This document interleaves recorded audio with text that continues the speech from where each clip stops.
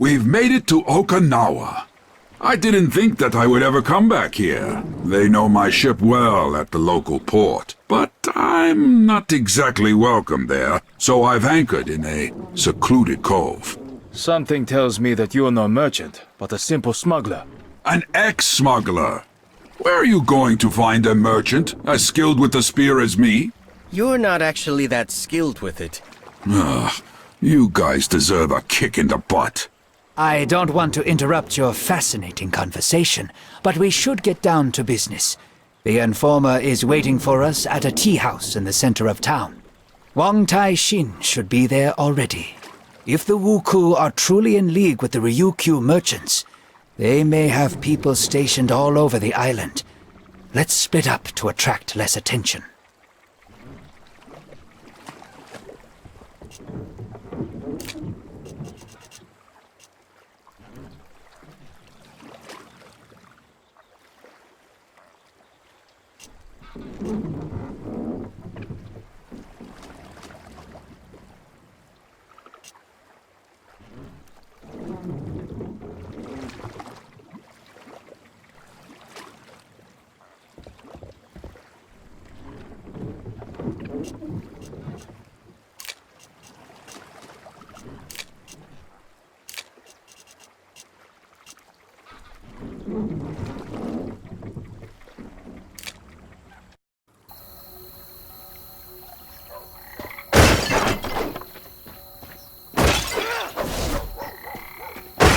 They don't look like simple pirates.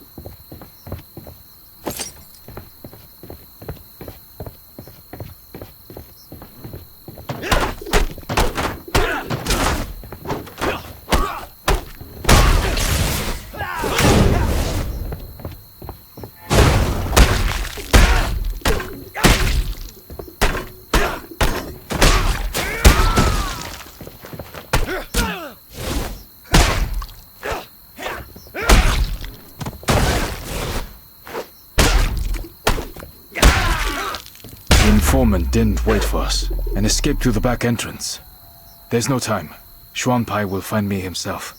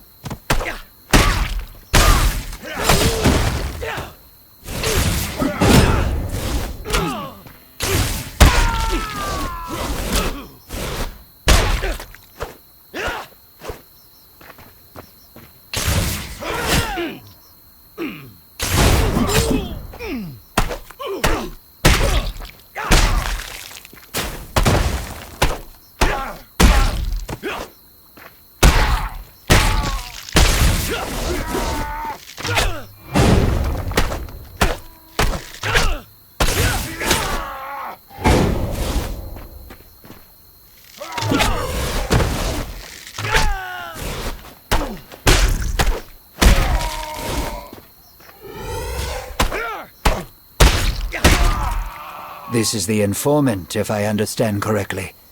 Did he manage to say anything? Yes. Very funny. I found Wang Tai-shin's seal in the tea house, so I assumed that he was kidnapped by these samurai. We'll deal with this later, but now we should return to the ship, as I can already hear the guards shouting.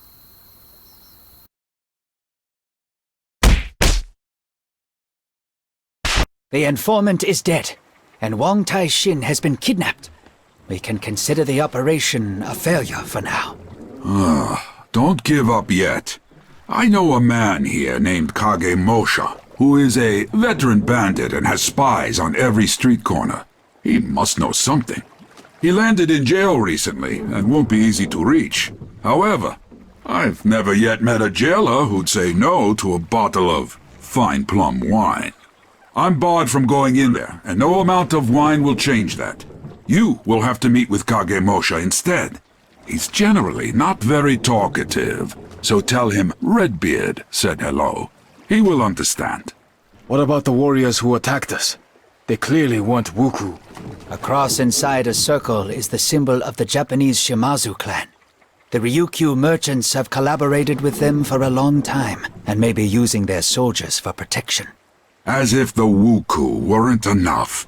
Now we have samurai as well.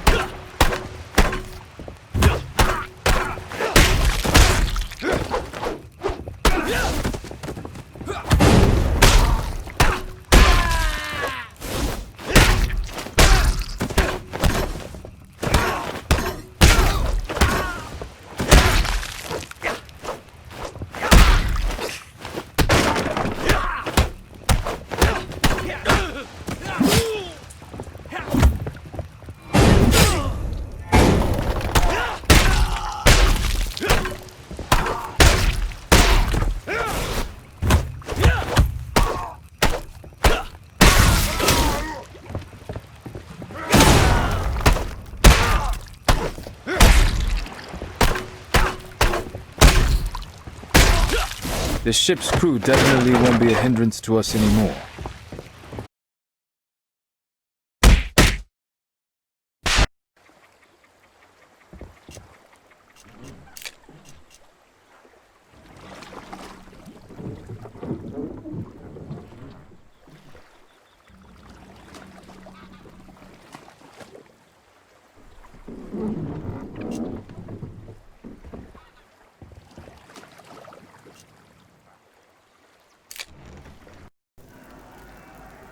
There's a riot in the prison, and the guards won't bother figuring out who's who.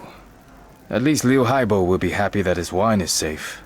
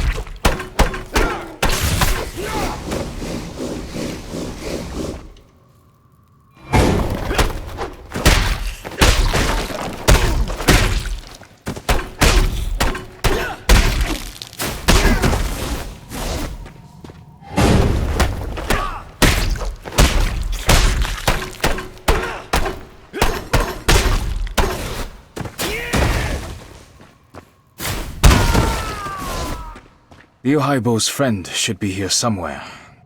Kagemusha! Redbeard sends his greetings. Shh, what's with the yelling? I'm here! What do you know about the link between the Wuku and the Ryukyu merchants? I know everything. What's not to know? There's no direct link since the merchants would never deal with the Wuku themselves. So they have a go-between.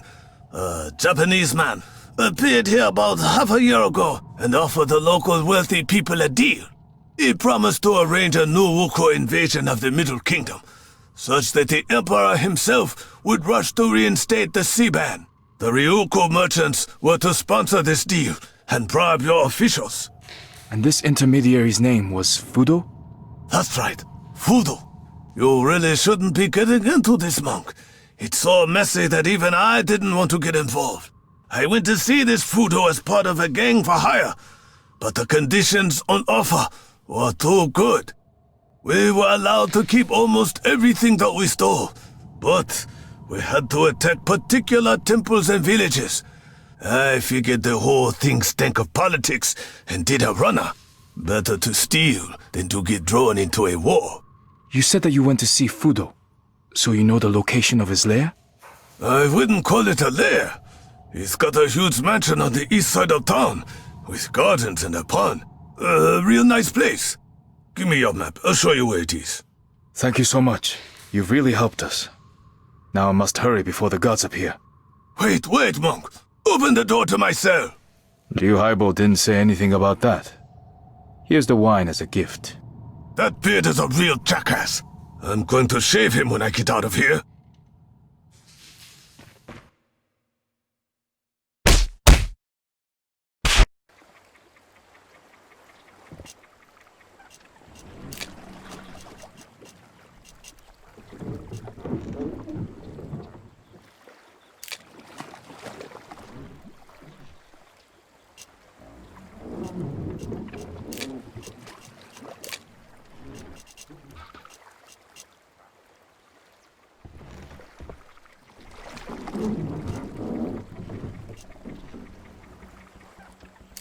Kagemusha told me the location of Fudo's mansion.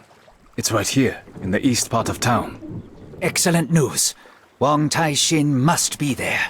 You will go inside and free the official, and we'll stand outside the gates and hold back the samurai reinforcements. Try to act fast.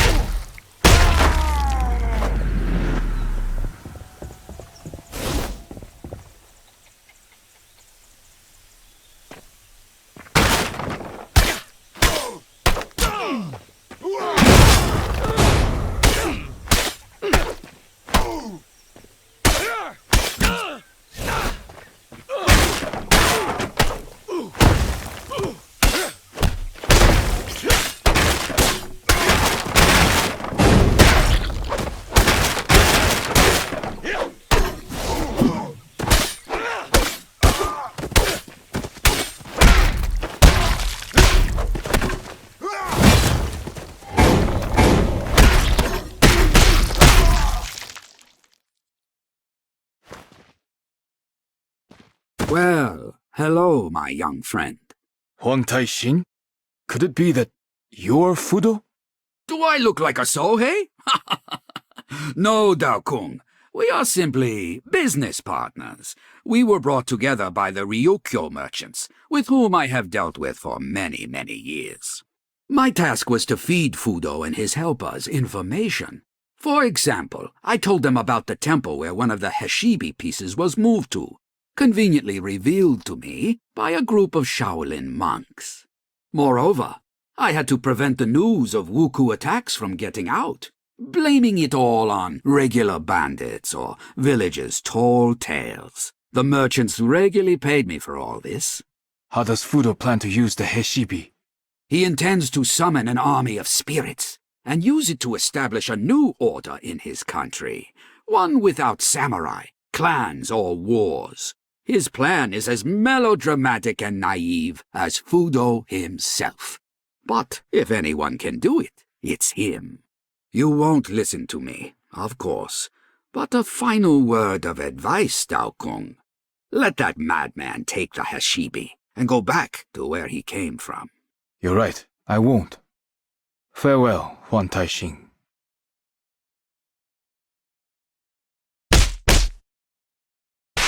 On their return home, the heroes discovered that Fudo's troops had attacked their camp in their absence. The defenders had fought bravely against the greater pirate force, but eventually, one after another had fallen in battle.